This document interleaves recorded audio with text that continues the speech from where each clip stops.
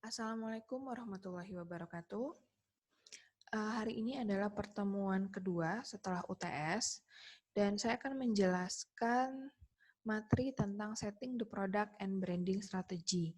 Nah, jadi di chapter ini menjelaskan bagaimana dan apa yang harus dilakukan oleh pemasar terhadap produknya dan strategi tentang merek dari suatu produk.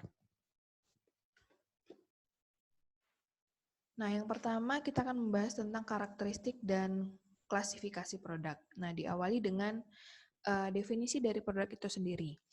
Nah, menurut Kotler, produk adalah segala sesuatu yang dapat ditawarkan kepada pasar untuk memuaskan suatu keinginan atau kebutuhan termasuk barang fisik, jasa, pengalaman, orang, tempat, properti, organisasi, informasi, dan ide. Nah, untuk jenis-jenis produk ini sudah saya jelaskan pada pertemuan pertama ketika saya menjelaskan pemasaran pada abad 21 dan juga ada contoh-contohnya.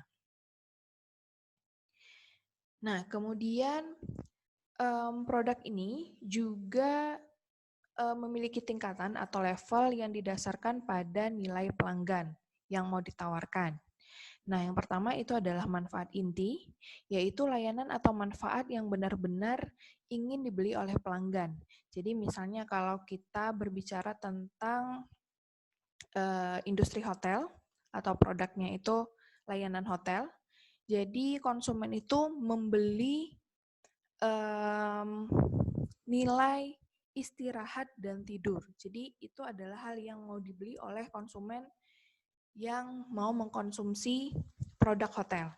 Nah, yang kedua itu adalah produk dasar. Nah, jadi misalnya produk dasar itu terdapat tempat tidur, kamar mandi, handuk, meja, dan lemari pakaian yang mendukung manfaat inti. Nah, yang selanjutnya adalah produk yang diharapkan. Itu merupakan sekelompok atribut dan kondisi yang biasanya diharapkan pembeli ketika mereka membeli suatu produk. Jadi misalnya tamu hotel itu menginginkan kamar yang bersih, kemudian adanya handuk yang baru, suasana yang tenang, kamar yang rapi, dan segala macamnya. Dan yang selanjutnya itu adalah produk tambahan. Jadi produk yang disediakan yang melebihi harapan pelanggan. Jadi terkadang kalau misalnya kita lihat hotel menyediakan sebuah servis khusus untuk pasangan yang sedang berbulan madu, seperti adanya pemberian bunga mawar, ucapan selamat datang, atau pemberian kue, dan lain-lain. Nah, itu termasuk dalam produk tambahan. Jadi itu melebihi dari ekspektasi pelanggan. Yang terakhir itu produk potensial, yaitu mencakup semua kemungkinan tambahan dan transformasi yang mungkin dialami oleh sebuah produk dan penawaran di masa mendatang. Jadi untuk industri perhotelan, ya mungkin di masa mendatang ada beberapa fitur-fitur khusus yang akan ditawarkan sebuah hotel. Nah, yang selanjutnya itu klasifikasi produk. Jadi produk ini juga diklasifikasikan berdasarkan beberapa sifatnya. Yang pertama berdasarkan ketahanan dan keberwujudan. Nah, ini terbagi menjadi 3, yaitu barang yang tidak tahan lama, barang tahan lama, dan jasa. Jadi contoh dari bahan atau barang yang tidak tahan lama itu misalnya ya seperti kebutuhan sehari-hari. Contohnya sabun, beras, mie instan, dan lain-lain yang memang habis pakai biasanya. Nah, jadi strategi yang biasa digunakan oleh perusahaan pada produk-produk yang tidak tahan lama ini adalah membuat produk kita itu tersedia pada banyak lokasi. Jadi konsumen itu lebih mudah untuk menjangkau produk kita. Kemudian markup harga yang dilakukan itu kecil. Karena biasanya kalau produk yang tidak tahan lama itu pesaingnya juga banyak. Karena dia tidak tahan lama, maka repetisi atau pengulangan pembelian itu menjadi lebih sering. Juga iklan secara besar-besaran, supaya produknya itu dikenal oleh konsumen. Yang selanjutnya barang tahan lama.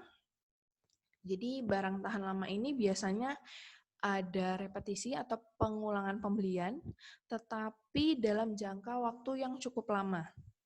Ya, Contohnya ya alat elektronik ya seperti kulkas, televisi, kemudian hal-hal yang berbau mesin, mesin cuci, atau misalnya pakaian. Nah, jadi strategi pada barang jenis ini yaitu penjualan personal dan memberikan jasa. Jadi seperti after sales service, jadi layanan purna jual.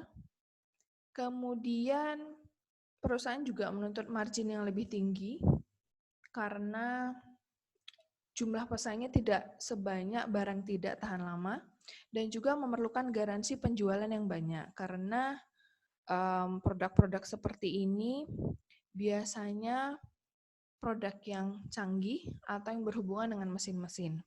Nah, yang selanjutnya itu jasa. Nah, kalau jasa mungkin sangat sering kita temui ya contohnya seperti salon, firma hukum, dan jasa perbaikan atau bengkel.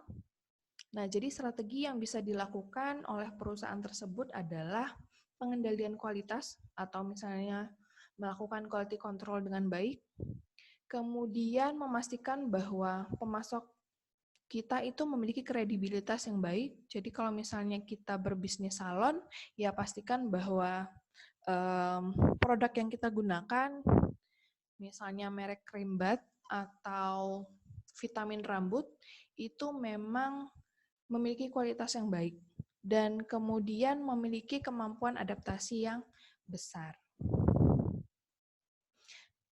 Nah, yang kedua, klasifikasi barang konsumen. Ini ada beberapa. Yang pertama itu adalah barang sehari-hari. Jadi yang biasanya sehari-hari dipakai oleh konsumen. Nah, ini terbagi 3. Jadi ada barang kebutuhan pokok, ada barang impuls, dan barang darurat. Nah, barang kebutuhan pokok itu biasanya barang yang dibeli konsumen secara teratur, ya contohnya kebutuhan sehari-hari, ya kayak sabun tadi, beras, roti, dan lain-lain. Kemudian barang impuls. Jadi barang impuls ini adalah jenis barang yang dibeli tanpa perencanaan. Contohnya, ketika kalian main atau jalan-jalan ke mall, awalnya niatannya mau beli sepatu, nah tiba-tiba ada aroma-aroma kopi dari Starbucks yang awalnya nggak ada niat mau beli kopi di Starbucks. Nah, karena adanya aroma-aroma kopi tadi, akhirnya terjadilah impulse buying atau pembelian yang tidak direncanakan. Nah, kemudian barang darurat itu adalah kebutuhan yang mendesak karena suatu hal. Jadi misalnya ketika musim hujan, maka kita membeli payung, sepatu bot, dan lain-lain, atau jas hujan.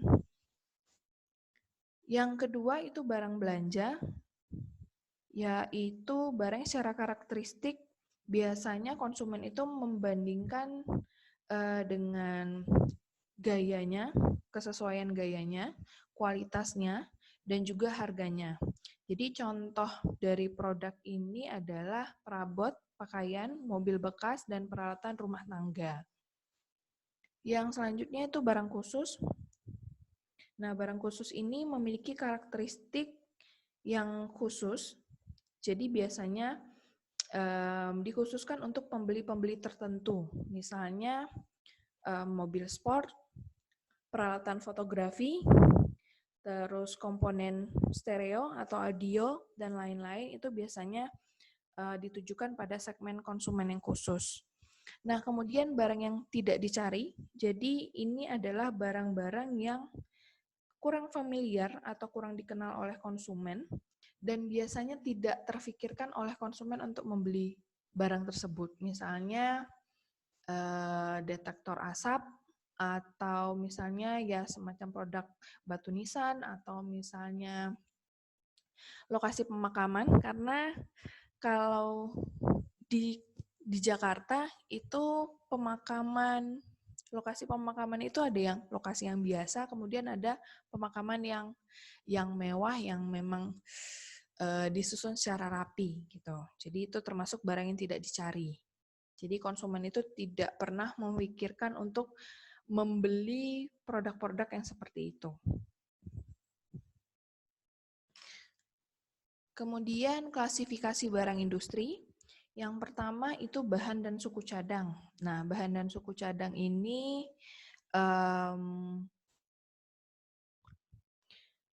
diklasifikasikan berdasarkan biaya dan bagaimana perusahaan itu memasuki proses produksi. Nah, ini terbagi atas dua, ada bahan mentah dan bahan dan suku cadang manufaktur. Dan bahan mentah ini terbagi dua, produk pertanian dan produk alami. Nah, jadi kalau misalnya produk pertanian itu contohnya gandum, kapas, ternak, buah-buahan, sayur mayur.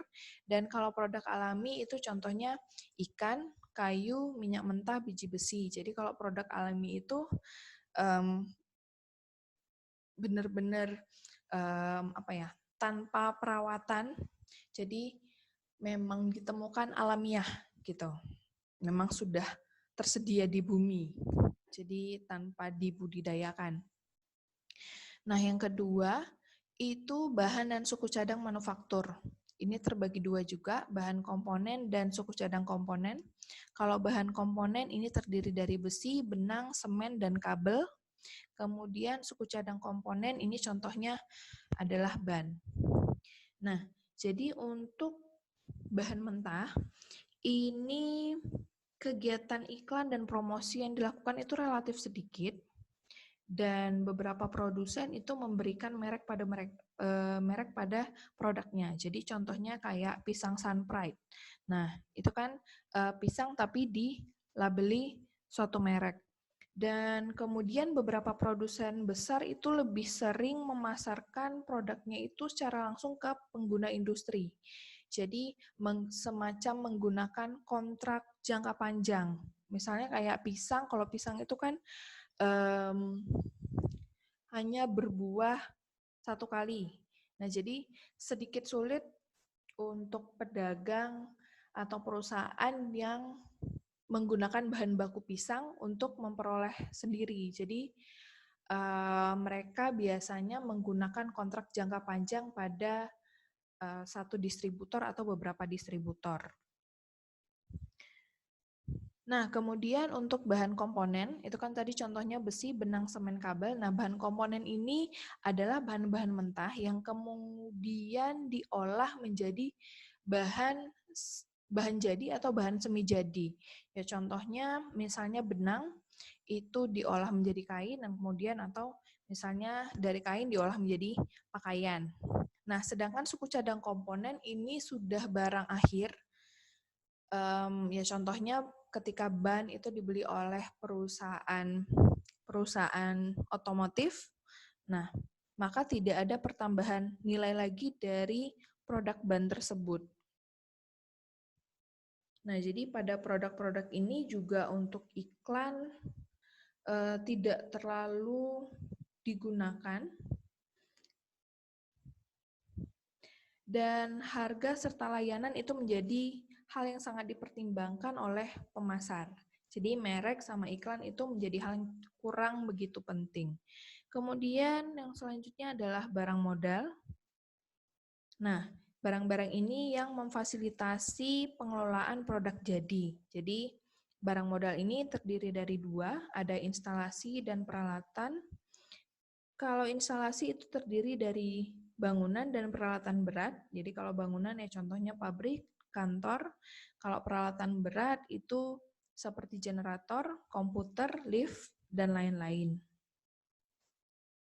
Nah, pada produk ini iklan juga tidak terlalu penting. Jadi strategi yang bisa digunakan oleh perusahaan-perusahaan yang memproduksi produk seperti ini adalah penjualan personal. Dan yang kedua itu peralatan, yaitu terdiri dari perlengkapan dan peralatan pabrik portable, yaitu perkakas atau truk pengangkat misalnya, dan juga peralatan kantor seperti komputer pribadi dan meja. Nah, pada produk ini, kualitas, fitur produk, harga, dan jasa itu menjadi pertimbangan yang utama. Jadi perusahaan yang memproduksi produk tersebut harus memperhatikan beberapa item tersebut. Yang selanjutnya layanan bisnis dan pasokan. Nah, ini juga terbagi dua. barang pemeliharaan dan perbaikan, dan pasokan operasi. Jadi kalau barang pemeliharaan dan perbaikan itu contohnya cat, paku, sapu, dan barang pasokan operasi itu contohnya batu bara, pensil, pelumas. Nah, jadi barang-barang ini disebut juga dengan barang MRO atau Maintenance, Repair, and Operation. Dan biasanya itu barang ini digunakan sehari-hari oleh sebuah perusahaan.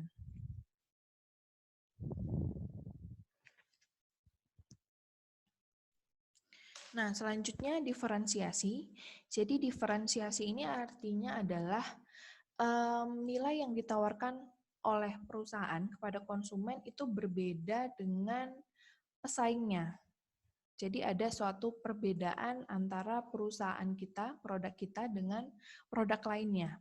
Dan ini terbagi 3. Yang pertama itu diferensiasi produk, kemudian desain, dan diferensiasi jasa. Yang kemudian nanti akan saya jelaskan satu persatu. Yang pertama itu diferensiasi produk. Jadi ini bisa berdasarkan bentuk. Nah, bentuk ini terdiri dari variasi ukuran, variasi bentuk produk itu sendiri, atau struktur produk itu. Jadi misalnya ya bisa jadi dari warna, kemudian ukuran, atau misalnya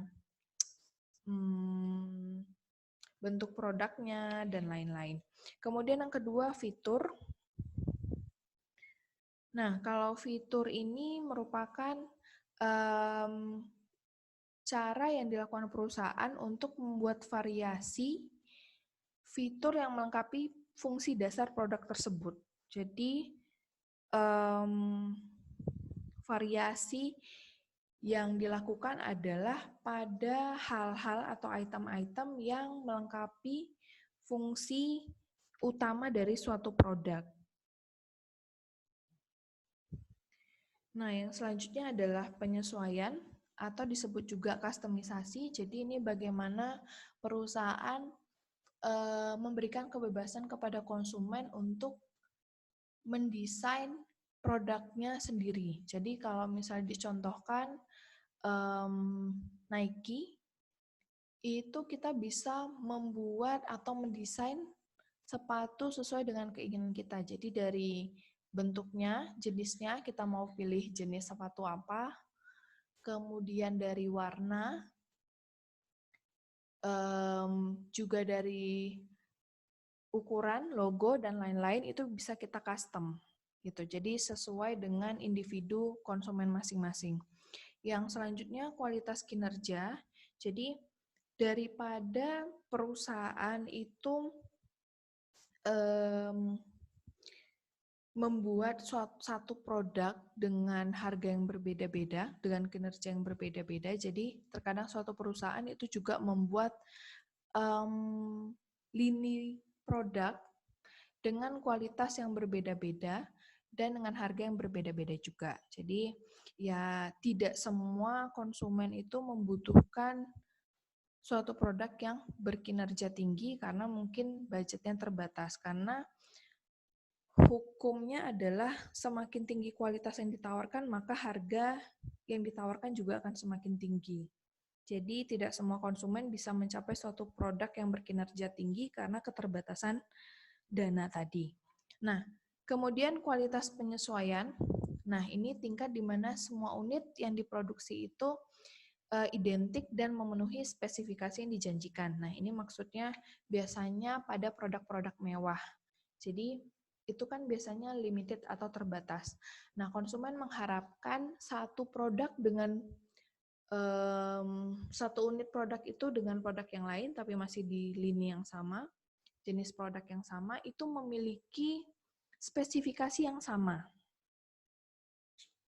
Jadi kalau misalnya berbicara tentang mobil mewah, ya bagaimana akselerasinya, kemudian bagaimana bentuknya, itu konsumen mengharapkan sangat persis dengan yang dijanjikan oleh perusahaan.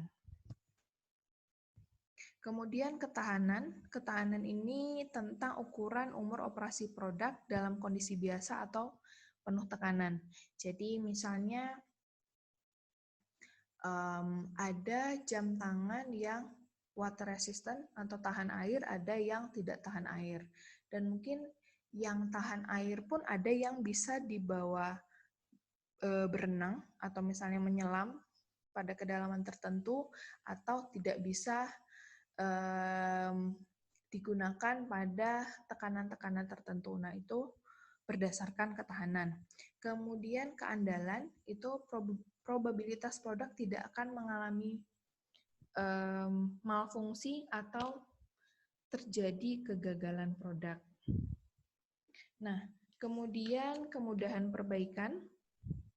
Kemudahan perbaikan, terkadang suatu perusahaan itu memberikan layanan perbaikan itu dari telepon.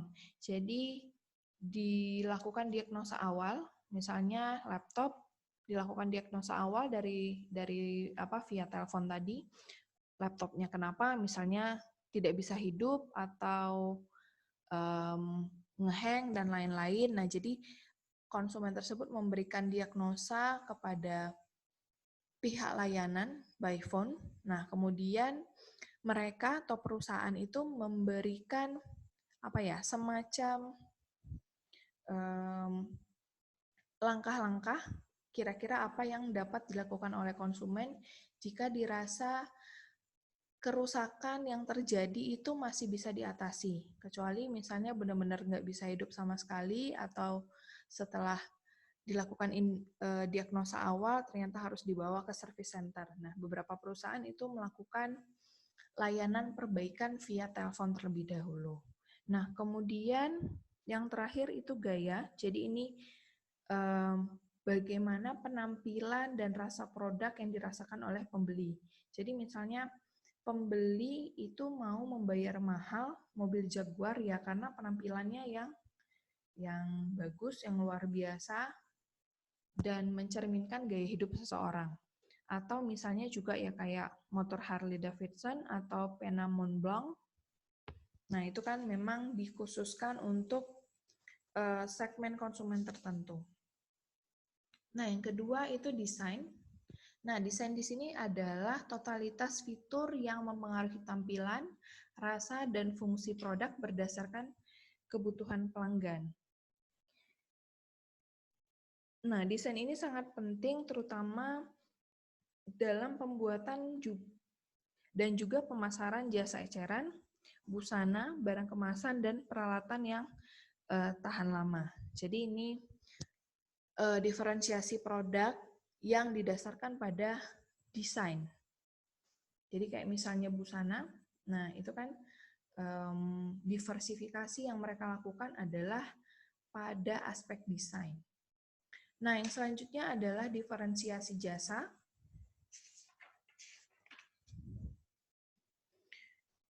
Ini ada beberapa yang dilakukan oleh pemasar jasa. Yang pertama, kemudahan pemesanan. Jadi, semudah apa konsumen untuk melakukan order terhadap suatu jasa. Kemudian, pengiriman. Jadi, tentang kecepatan, akurasi, dan perawatan. Kemudian, instalasi. Selanjutnya, pelatihan pelanggan, konsultasi pelanggan, pemeliharaan dan perbaikan, dan pengembalian. Jadi kalau misalnya terjadi kegagalan, apakah konsumen akan menerima pengembalian produk, penggantian produk, atau tidak. Nah, yang selanjutnya adalah hierarki produk. Nah, kalau ini ada 6 hierarki atau level dari sebuah produk. Yang pertama, keluarga kebutuhan, keluarga produk, kelas produk, lini produk, jenis produk, dan varian produk. Nah, di sini untuk supaya kita lebih bisa memahami, kita contohkan produknya itu merupakan produk asuransi jiwa. Jadi kalau di keluarga kebutuhan, ini merupakan kebutuhan inti yang mendasari keberadaan keluarga produk atau jenis-jenis produk tadi. Kalau kita contohkan tadi asuransi jiwa, berarti keluarga kebutuhan itu contohnya adalah keamanan. Jadi kenapa seseorang itu membeli produk asuransi karena mereka membutuhkan keamanan. Yang kedua adalah keluarga produk. Keluarga produk ini adalah semua kelas produk yang dapat memuaskan kebutuhan inti. Contohnya adalah tabungan dan penghasilan. Kalau tadi kita berbicara contohnya adalah asuransi jiwa. Kemudian yang ketiga itu kelas produk. Nah, kalau kelas produk ini kelompok produk di dalam keluarga produk yang dikenal juga memiliki fungsi tertentu. Jadi, istilah kasarnya adalah kategori produk. Jadi, kelas produk itu disebut juga dengan kategori produk. Nah, kalau asuransi jiwa, berarti kategori produknya adalah instrumen keuangan. Nah, yang keempat itu adalah lini produk. Jadi ini kelompok produk di dalam kelas produk yang berhubungan erat karena mereka memiliki fungsi yang kurang lebih sama. Dan yang kelima itu jenis produk. Ini adalah sekelompok barang di dalam lini produk itu yang mungkin bentuknya itu mirip, jadi merupakan jenis dari produk tersebut. Ya, contohnya kalau asuransi jiwa, salah satu jenisnya atau lini produknya adalah asuransi jiwa berjangka. Kemudian varian produk. Nah, kalau varian produk itu adalah unit yang berbeda di dalam lini produk atau merek. Jadi bisa dibedakan berdasarkan ukuran, harga, tampilan, atau beberapa atribut lainnya. Contohnya adalah asuransi jiwa berjangka prudensial yang dapat diperbarui. Jadi yang termasuk dalam varian produk.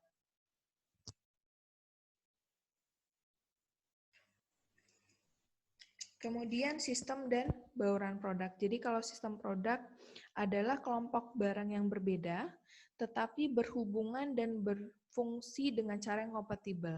Jadi sistem produk itu maksudnya adalah beberapa produk yang melengkapi suatu produk tertentu. Jadi contohnya adalah handphone. Jadi sistem produknya adalah headset dan charger. Jadi headset dan charger ini itu melengkapi fungsi dari handphone. Jadi sistem produknya adalah headset, charger, dan lain-lainnya. Yang kemudian bauran produk atau dikenal juga dengan istilah pilihan produk. Nah, ini terdiri dari lebar atau diartikan dengan banyaknya lini produk yang dijual. Jadi kalau misalnya kita contohkan PNG, PNG itu memiliki beberapa lini produk yang berbeda. Jadi ada deterjen, ada pasta gigi, ada sabun batang, ada popok, ada produk kertas, dan lain-lain. Nah, ini termasuk dalam lebar. Kemudian yang kedua itu panjang, yaitu mengacu pada jumlah total produk dalam bauran. Jadi misalnya masing-masing lini produk itu memiliki 5 jenis produk. Nah, berarti kalau misalnya tadi ada deterjen, pasta gigi, sabun batang, popok, dan produk kertas, berarti kan ada 5 lini produk. Kemudian setiap lini itu memiliki 5 jenis produk lagi, berarti 5 dikali 5 berarti 25. Nah, itu termasuk dalam panjang. Kemudian kedalaman itu mengacu pada banyaknya varian yang ditawarkan masing-masing produk dalam lini. Jadi kalau misalnya tadi contohnya adalah popok, PNG kan punya produk popok, Pampers. Nah, Pampers ini kan ada macam-macam jenisnya. Ada yang berbentuk celana, kemudian ada yang apa? Ada yang pakai lem. Nah, terus ada jenis apa lagi? Nah, itu tentang kedalaman. Jadi, apakah satu produk di dalam lini produk tadi memiliki jenis lagi. Kemudian konsistensi. Nah, ini mengacu pada seberapa dekat sih hubungan antara berbagai lini produk suatu perusahaan. Jadi kalau misalnya PNG, nah ini kan memiliki lini produk yang berhubungan erat karena ini termasuk dalam consumer goods atau produk konsumsi. Jadi konsistensinya itu sangat dekat. Kemudian panjang lini produk. Jadi untuk melakukan perpanjangan lini, perusahaan itu memiliki 3 pilihan. Jadi bisa perpanjangan ke bawah pasar, perpanjangan ke atas pasar, atau melakukan keduanya atau perpanjangan dua arah. Jadi perpanjangan ke bawah pasar ini artinya menawarkan lini produk dengan harga yang lebih murah dibandingkan pesaing. Gitu. Atau menawarkan produk dengan harga yang lebih murah dibandingkan produk yang kita miliki. Jadi contohnya kayak iPhone. Nah, iPhone itu jenis apa ya, saya juga lupa, itu kan ada yang dengan harga yang lebih murah. Nah, jadi beberapa perusahaan itu membuat lini produk dengan harga yang lebih murah daripada biasanya. Kemudian perpanjangan ke atas pasar. Jadi ini memperkenalkan perusahaan sebagai perusahaan yang menempati kelas atas. Ya contohnya misalnya Starbucks. Perusahaan Starbucks itu menguasai industri perkopian, kemudian Häagen-Dazs, nah itu es krim, dan lain-lain. Jadi supaya produk kita itu menjadi leader di pasaran. Nah, kemudian perpanjangan dua arah, jadi ini perusahaan kita melakukan perpanjangan ke atas pasar dan perpanjangan ke bawah pasar sekaligus. Nah, yang selanjutnya penetapan harga bauran produk. Yang pertama itu penetapan harga lini produk. Jadi perusahaan biasanya lebih memilih untuk mengembangkan lini produk daripada mengembangkan satu produk tapi dengan jenjang harga yang berbeda-beda. Karena nanti akan merusak fokus konsumen. Jadi konsumen merasa perusahaan ini itu tidak konsisten pada segmen konsumen yang mereka tuju. Nah, yang kedua, penetapan harga fitur opsional. Jadi ini penetapan harga pada produk-produk pendamping. Nah, yang selanjutnya penetapan harga produk terikat. Nah, jadi beberapa produk itu ternyata harus menggunakan produk tambahan. Nah, jadi penetapan harga produk terikat ini tentang harga produk tambahan dari produk utama. Kemudian penetapan harga dua bagian.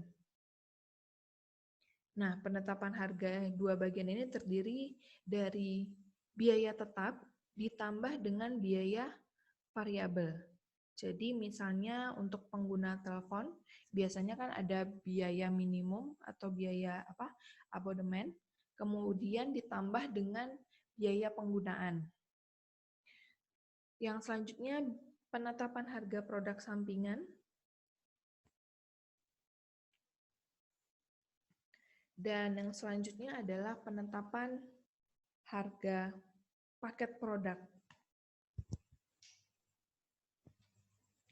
Nah, yang terakhir itu adalah co-branding. Jadi co-branding ini menggabungkan produk suatu perusahaan dengan perusahaan lain. Biasa juga disebut dengan penetapan dua merek atau dual branding atau penetapan merek gabungan atau brand bundling. Jadi kelebihan perusahaan yang melakukan co-branding ini bisa memposisikan produk dengan meyakinkan pelanggan melalui kelebihan merek lainnya. Jadi ketika kita melakukan co-branding, nah jadi konsumen itu akan yakin dengan produk co-branding ini karena memang produk tunggal dari suatu perusahaan atau dua perusahaan melakukan co-branding ini memang memiliki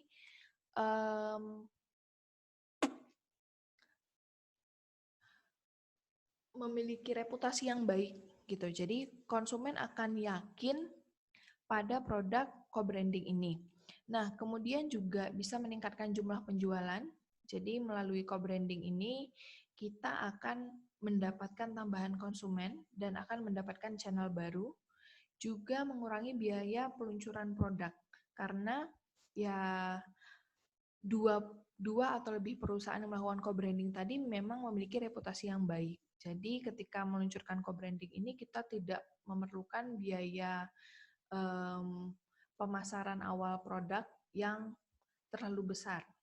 Kemudian pembelajaran dari perusahaan lain, karena co-branding ini bekerja sama dengan satu perusahaan lain atau lebih, maka di sini menjadi ajang bagi perusahaan kita untuk mempelajari bagaimana sih perusahaan lain itu mendekati konsumen atau bagaimana sih strategi pemasaran yang dilakukan oleh perusahaan lain tersebut.